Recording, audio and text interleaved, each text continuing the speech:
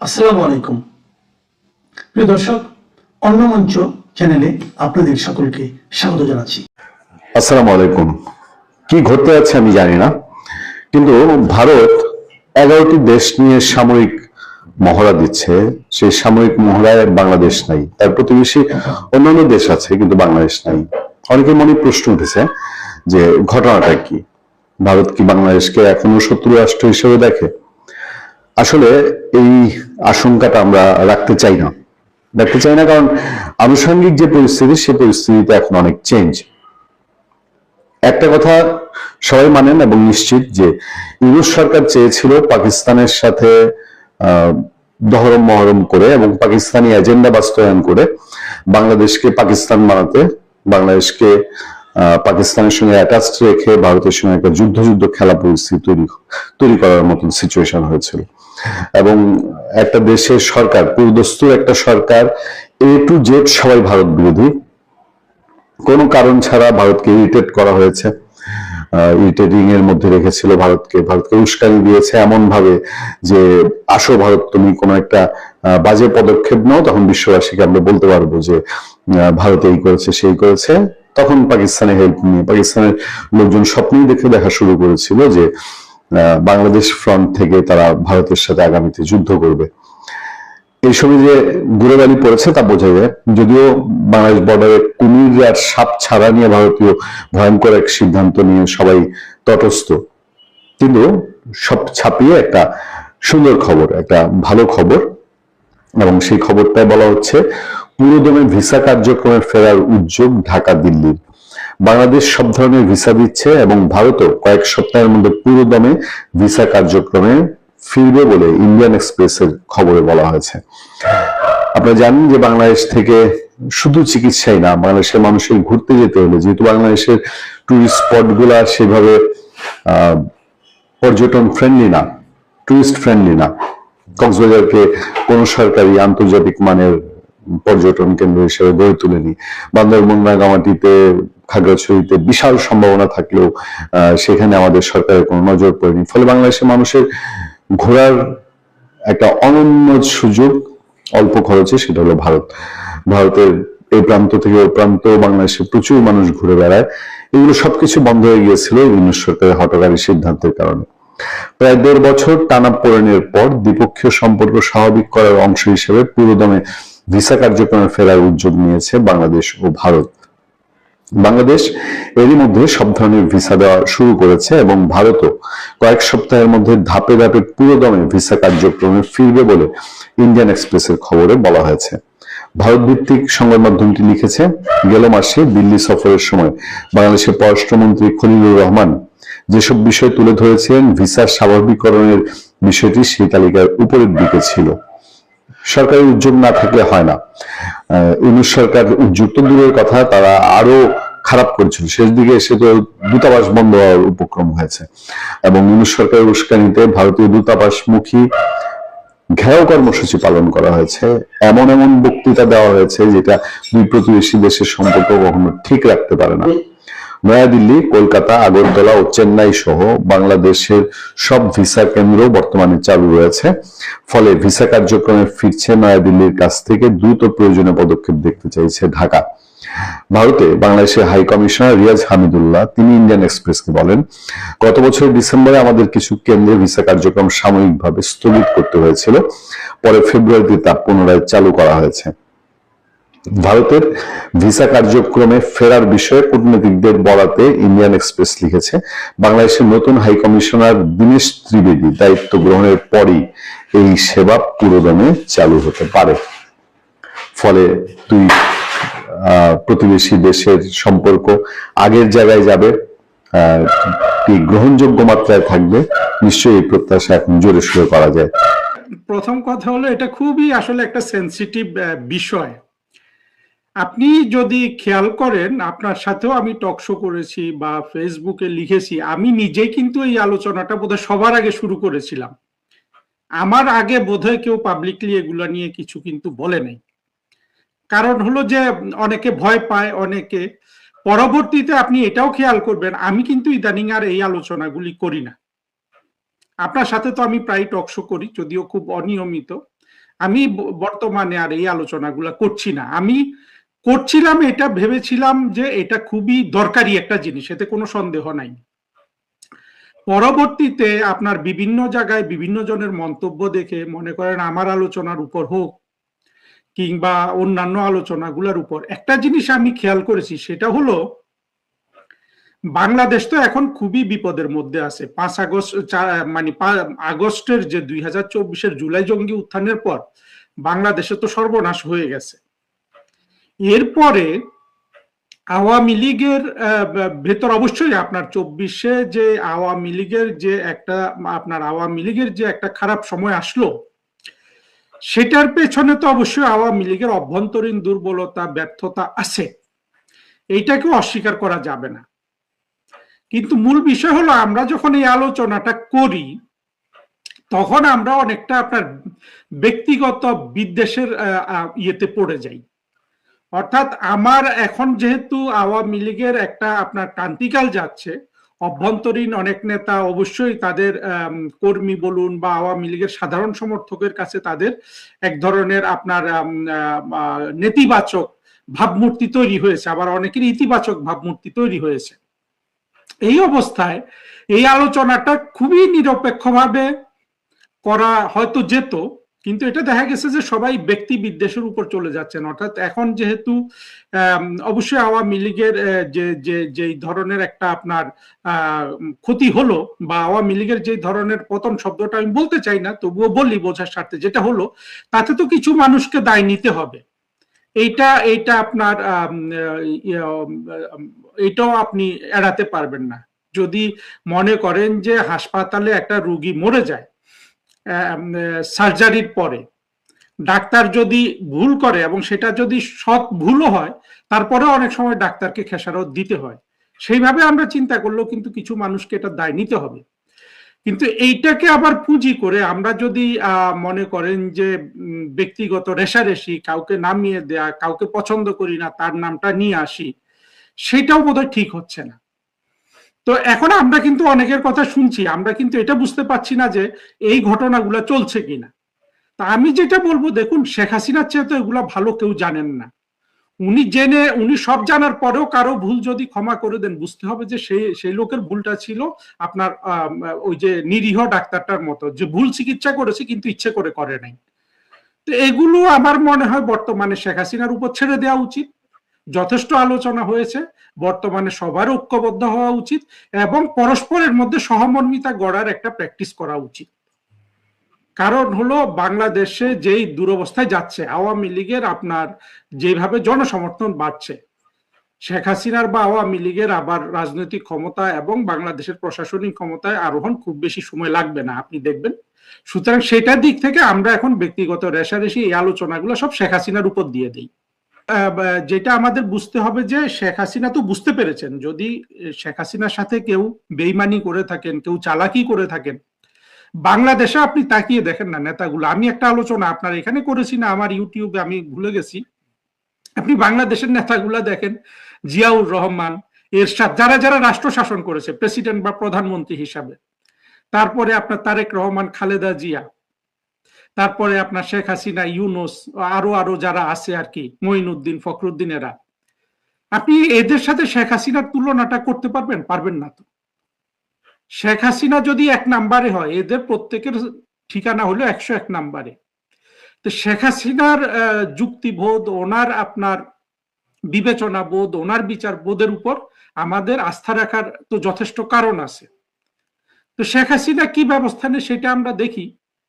আমাদের আসলে এখন এগুলো না করে আমার মনে হয় আমাদের জনসংযোগে যাওয়া উচিত। দেশ যে ক্ষতি হয়ে গেল, আপনার ইউনুসের যে দেশ বিক্রি করলো, দেখুন বাংলাদেশের উপর গজবটা কিভাবে এসছে। এই জঙ্গি স্বাধীনতা বিরোধীরা ভারতের কাছে দেশ বিক্রি বলে বলে বলে বলে 24-এ জঙ্গি উত্থান করেছে, কখনো দেশ বিক্রি হয় নাই, প্রমাণিত হয়ে গেছে।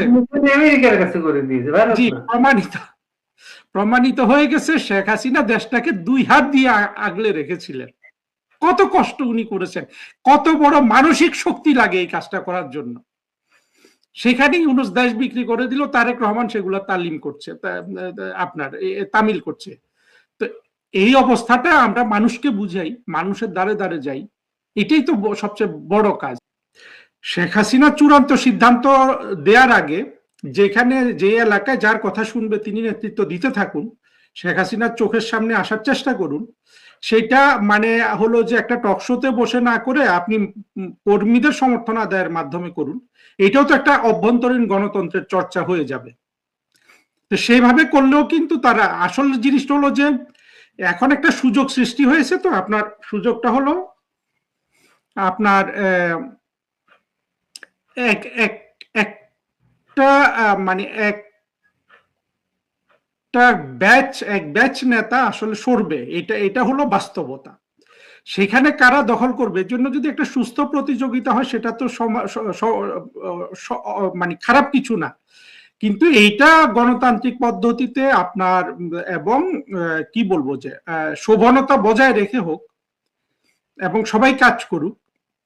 কারো কথা, একজনের কথা শুনছে না, আরেকজনের কথা যদি শুনে উনি যদি বুঝেন উনি চলে আসুন, এই প্রতিযোগিতা করুন, এটাতে তো আমি খারাপ কিছু দেখি না।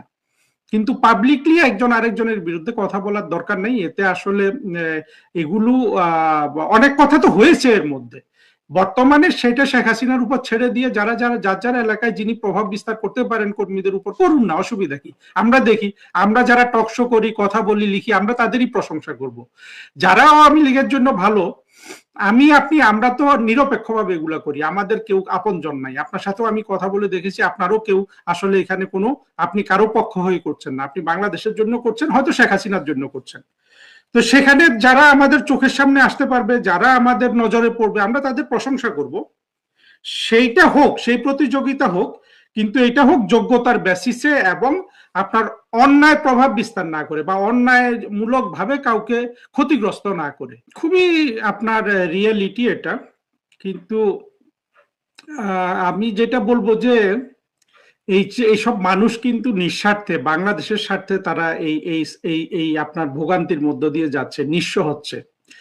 এবং এইটা একটা বাস্তবতাও যে আপনার একটা রাজনৈতিক দল ক্ষমতায় আসলে বাংলাদেশে একটা মধ্যস্বত্বভোগী দাঁড়িয়ে যায়, এটাকে আপনার ভেদ করে তৃণমূলের কাছে পৌঁছানো, এটা তো একটা চ্যালেঞ্জ।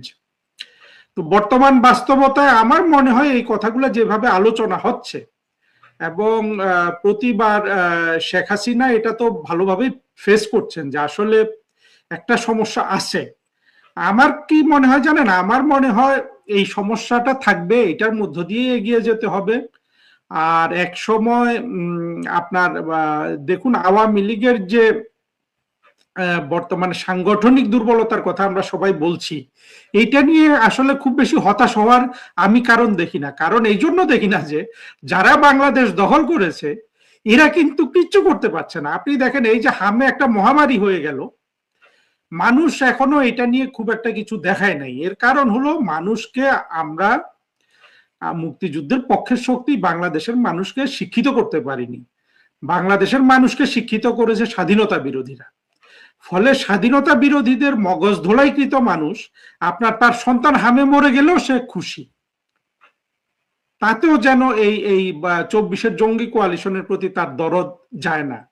কিন্তু এই জায়গাটার আপনার এক সময় এসে এটা ভেঙে যাবে, এই অবস্থাটা। সেটা পর্যন্ত আমাদের সবাইকে ধৈর্য ধরতে হবে। এবং আমি মনে করব যে বর্তমানে আওয়ামী লীগের একটা কর্মীরও আসলে ওই জেলে যাওয়ার জন্য হঠকারী কিছু করার দরকার নেই। যদি জেলে যাইতে হয় সবাই একসাথে যাওয়ার ব্যবস্থা হোক। শেখ হাসিনার যে আপনার যে অভিজ্ঞতা ওনার, আমি তো গত 2 বছরে প্রতিদিনই আমি দেখছি যে বাংলাদেশের প্রতিটা সিদ্ধান্ত, সেটা কূটনীতির ক্ষেত্রে বলুন, সেটা রাজনীতির ক্ষেত্রে বলুন, শেখ হাসিনা যেগুলো নিয়েছেন সেগুলোই সঠিক। আমরা অনেক কিছু আগ বাড়িয়ে যেটা বলেছি সেটা ভুল ছিল। বরঞ্চ আমি এখন যেটা অনুধাবন করি, আমাদের কূটনীতির ক্ষেত্রে বিভিন্ন ক্ষেত্রে শেখ হাসিনার হয়ে তার লোকজন, তার দলের বলুন যারা এসব ক্ষেত্রে ছিলেন, তারা যথেষ্ট শেখ হাসিনার প্রতি অনুগত থেকে কাজ করেছেন নাকি আমলাদের দ্বারা আপনার প্রভাবিত হয়ে কাজ করেছেন। আমার মনে হয় আমি তো মনে করি দ্বিতীয়টাই ঘটেছে। ভবিষ্যতে যাতে আমাদের এই ভুলগুলা না হয়, এই বিট্রিয়ালটা কতটা সচেতন ভাবে হয়েছে, কতটা আপনার মানে ইনএভিটেবলি হওয়ার জন্য হয়েছে, সেটা কিন্তু আমাদের একটু পরীক্ষা করার দরকার আছে।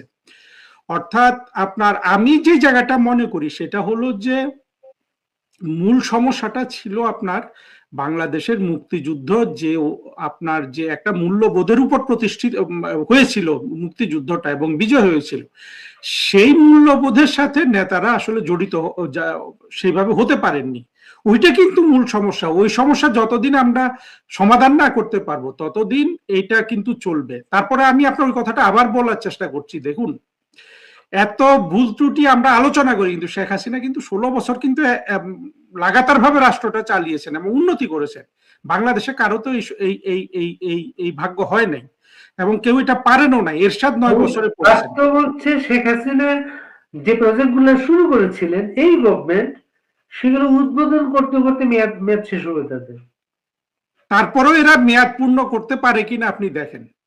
কারণ হলো এদের মধ্যে আমি ওই দিন গতকাল আমি একটা ফেসবুক পোস্ট দিয়েছি, আমি আসলে বক্তৃতাটা দেখছিলাম, যদিও উনি খুব সংক্ষিপ্ত বক্তব্য রেখেছেন, এবং আমির খসরু মাহমুদ চৌধুরী বিএনপির যিনি অর্থমন্ত্রী, এই লোকটাকে আমি মনে করি যে একটু রেসপেক্ট করি, ভালোই রেসপেক্ট করি এই জন্য যে বিএনপিতে তারেক রহমানের যতগুলা মন্ত্রী আছে 2 জনের মধ্যে আপনার পার্সোনালিটি ডেফিসিয়েন্সি সবচেয়ে কম।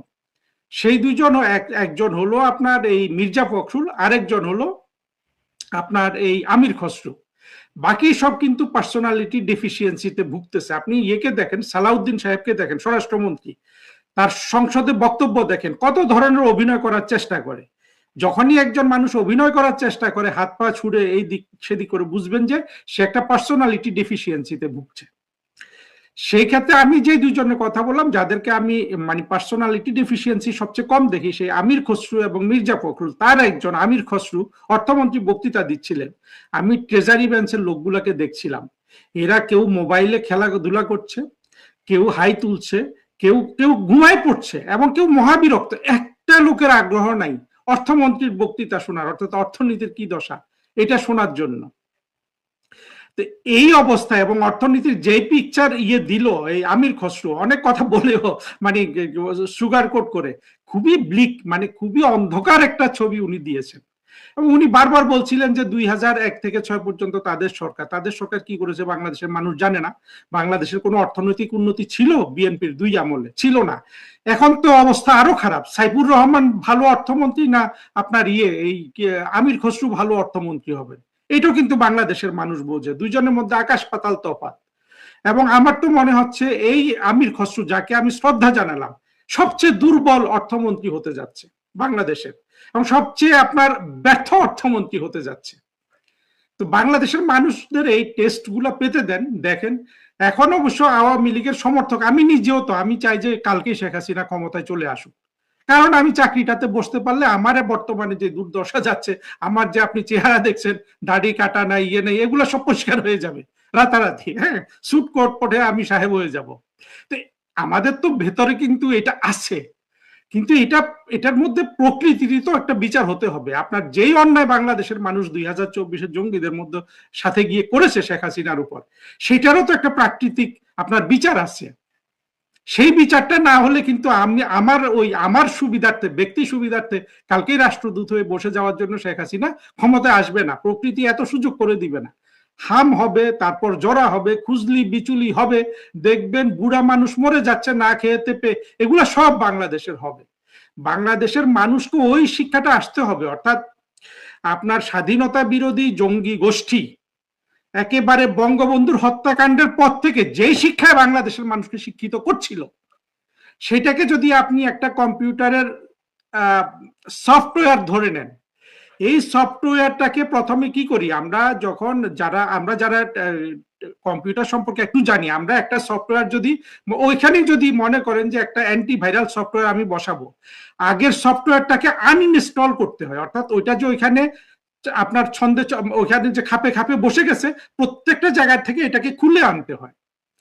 বাংলাদেশের মানুষের মগজেও এই যে জঙ্গি শিক্ষা আপনার মগজের পরতে পরতে ঢুকে গেছে, এইটাকে আবার পরতে পরতে থেকে এই জঙ্গি শিক্ষাটাকে খুলে আনতে হবে, খুলে এনে আপনার নতুন শিক্ষাটা দিতে হবে। আওয়ামী লীগের যারা এই শিক্ষাটা দিতে পারেন, আমি আশা করব আওয়ামী লীগে তারা এবার আরোহণ করবেন। মানে শেখ হাসিনার নেতৃত্বে, শেখ হাসিনা আমি কায় মনোবাক্যে চাই শেখ হাসিনা সেই লোকগুলোকে সামনে নিয়ে আসবেন এবং তারা এই বাংলাদেশের মগজে, আমরা এটা পছন্দ করি বা না করি, একটা জিনিস দিয়ে কিন্তু আপনার ৭১-এর মুক্তিযুদ্ধের প্রতিশোধ হয়ে গেছে। সেটা হলো পাকিস্তানকে কিভাবে তুলে আনলো, সহজ নরম একটা সমাধান পেয়েছে তারা, যে ভারত ঘৃণা হিন্দু ঘৃণা, অর্থাৎ ভারত যেহেতু হিন্দু, এই যে মানে এটার উপর চড়িয়ে দিয়েছে আপনার জঙ্গি মৌলবাদী ধর্মীয় শিক্ষা দিয়ে। এই জায়গা থেকে মানুষ যতক্ষণ তার মগজের পরতে পরতে এই যে একটা অন্ধত্বের শিক্ষা ঢুকে গেছে, সেটা যদি আপনার ক্লিন না করা হয় তাহলে কিন্তু কোনো লাভ হবে না। এই ক্লিনের প্রসেসিংটা এখন চলতেছে। আপনার হামের মহামারী একটা তারেক রহমানের সরকার আগামী কয়েক বছর যেটা করবে সেটা, এই যে শিক্ষাগুলো আমাদের আসবে, এইটা মানুষের চেতনাটা ফিরবে যখন দেখবে তার পেটে আর ভাত নাই। আপনার জঙ্গিরা এখনো কিন্তু ওভারহেলমিংলি আপনার গালি দিচ্ছে, মোদির সন্তান মোদির সন্তান, ও অনেক অশ্লীল কথা বলে, সেগুলো আপনার এখানেও আমি বলতে চাই না। আমি ফেসবুকে লিখি, আমি বলছি যে টক শোতে, ইউটিউবে আমি অশ্লীল কথা বলবো না। কিন্তু এই যে জঙ্গিরা এখনো এটা বলে এবং বাংলাদেশের মানুষ যে জঙ্গিদের শায়েস্তা করছে না, এটার একটা প্রাকৃতিক বিচার মানুষের হয়ে যাচ্ছে এবং মানুষ সেটা আপনার ক্ষুধা, দারিদ্র, অশান্তি, মারামারি, খুনাখুনি, কল্লা ফেলে দেয়া, এগুলা সমাজে যথেষ্ট পরিমাণে চালু হলে হয়তো একদিন সে সচেতন হয়ে যাবে। হঠাৎ করে দেখবে যে আইডি কি ছিল, শেখ হাসিনার আমলে আমরা কি ছিলাম, ইউনুস তারেক রহমানের আমলে আমরা কি হলাম। হঠাৎ একদিন দেখবেন আপনার স্বতঃস্ফূর্ত ভাবে মানুষ রাস্তায় নেমে আসবে। কারণ বাংলাদেশের মানুষের একটা জিনিস হয়েছে, এটা আফগানিস্তান এবং পাকিস্তানের থেকে বাংলাদেশের মানুষের এতটুকুনি পার্থক্য আছে, তাদের রাজনৈতিক সচেতনতা এতটুকুন আছে যে এরা জঙ্গিবাদকে সমর্থন করতে রাজি, কিন্তু পেটের ক্ষুধাও মেনে নিতে রাজি, কিন্তু একটা সময় পর্যন্ত। এরা চিরন্তন বা মানে চিরকালের জন্য পেটের ক্ষুধা আপনার মেনে নিবে না। কারণ এরা দেখবেন আপনি যখনই টাকা পয়সা চুরি হয়েছে এগুলা শুনে তারা কিন্তু মোটামুটি মাথা ছাড়া দিয়ে উঠে। ইউনুসকে তারা কেন এখন এত ঘৃণা করে? কারণ দেখছে যে ইউনুসই সবচেয়ে বড় চোর বাংলাদেশের মধ্যে। জঙ্গিরা এক একটা লাল হয়ে গেছে, এক একটা কত মোটা হয়েছে। আপনি মনে করেন আত্মঘাতী জঙ্গি নাহিদকে দেখেন, টাকা খেয়ে দুর্নীতির টাকায় চুরি করে কত মোটা হয়েছে, কত চর্বি তার গায়ে হয়েছে। মানুষ এখন এগুলা দেখছে না, আপনি তো চাইলেও থামিয়ে রাখতে পারবেন না। তবে এই প্রসেসের মাধ্যমে মানুষের মাথায় যে জঙ্গিবোধ ঢুকেছে, জঙ্গিবাদের যে শিক্ষা ঢুকেছে, এইটা বের হতে হবে। এবং এটা বের হওয়ার জন্য আপনার ভালো ওষুধ হলো ক্ষুধা এবং দারিদ্র। এই দুটোই কিন্তু ইউনুস আর তারেক রহমান আপনার দিয়ে যাচ্ছে, তাদের ওষুধই তারাই দিচ্ছে। অর্থাৎ এই ২৪-এর জঙ্গি কোয়ালিশনের দুই নেতা তারেক রহমান এবং ইউনুস বাংলাদেশের মানুষকে কিন্তু আপনি, আমরা তো বলি যে দুর্ভিক্ষ, এই দুর্ভিক্ষ কিন্তু হবেই এই অবস্থা চলতে থাকলে। এই দুর্ভিক্ষ থেকে আপনার শেখ হাসিনা ছাড়া এদেরকে বাঁচানোর কিন্তু কেউ নাই। সুতরাং এই প্রসেসটা আসলে অবশ্যম্ভাবী হয়ে গেছে। সেই মানে সেই সময়টুকু আমাদের দিতে হবে। এবং আমি আশা করব ভবিষ্যতে আওয়ামী লীগের নেতৃত্বে, প্রতিটা ইউনিটের নেতৃত্বে, সরকারি পর্যায়ের প্রতিটা মন্ত্রণালয়ের নেতৃত্বে ওই মানুষগুলো আসবেন যারা মানুষের এই যে আপনার ভারত ঘৃণা, হিন্দু ঘৃণা, যে শিক্ষাটা মানুষের আসছে, এই শিক্ষাটার বিরুদ্ধে কাজ করার জন্য যথেষ্ট পরিমাণে প্রজ্ঞাবান, মেধা সম্পন্ন এবং সঠিক চেতনায় শানিত লোক হতে হবে। আপনি দেখেন এখনো যদি পিনাকি ইলিয়াস একটা ভিডিও ছাড়ে, একদিনে ৫ লাখ ১০ লাখ ভিউ হয়ে যায়। কত ঐক্যবদ্ধ বাংলাদেশের আপনার এই ২৪-এর জঙ্গি কোয়ালিশনের লোকগুলা। এটাকে আমরা সহজে একদিনের দাওয়াই দিয়ে আপনার ভালো করে ফেলতে পারবো না। এখানে আমাদের মুক্তিযুদ্ধের পক্ষের শক্তির ব্যর্থতা আছে। সেই ব্যর্থতাটা কাটিয়েই তো আমরা এখন বাংলাদেশে নতুন করে সরকারে যাব এবং বাংলাদেশের মানুষকে, আগে আমরা অর্থনৈতিক উন্নতি করেছি, এখন আমরা শেখ হাসিনার নেতৃত্বে বাংলাদেশকে শিক্ষিত করব, যেটা আসলে আরো জরুরি। এবং আমি মনে করি যে শেখ হাসিনার পক্ষে এটা সম্ভব। শেখ হাসিনা দ্বিতীয় কঠিন কাজটা করিয়ে দেখিয়ে দিয়েছেন বাংলাদেশের মানুষকে যে উনি অর্থনৈতিক উন্নতি করতে পারেন। প্রথম কঠিন কাজটাও শেখ হাসিনাই দেখিয়ে দিয়ে যাবেন যে বাংলাদেশের মানুষকেও শিক্ষিত করা যায়। এটা শেখ হাসিনা শুরু করে যাবেন। তার ছেলে মেয়ে যারা আওয়ামী লীগের নেতৃত্ব দিবেন, জয় পুতুল বা যারা যারা আছেন বঙ্গবন্ধুর রক্তের দুই কন্যার সন্তানরা বা শেখ রেহানা, হুয়েভার, আমি এটাকে কিছু মনে করি না। আমি শুধু একটু বলতে চাই যে একজনকে তাদের পরিবার থেকে লাগবে। তাদের নেতৃত্বে এই যে শেখ হাসিনার পথে দেখিয়ে যাওয়া পথে বাংলাদেশের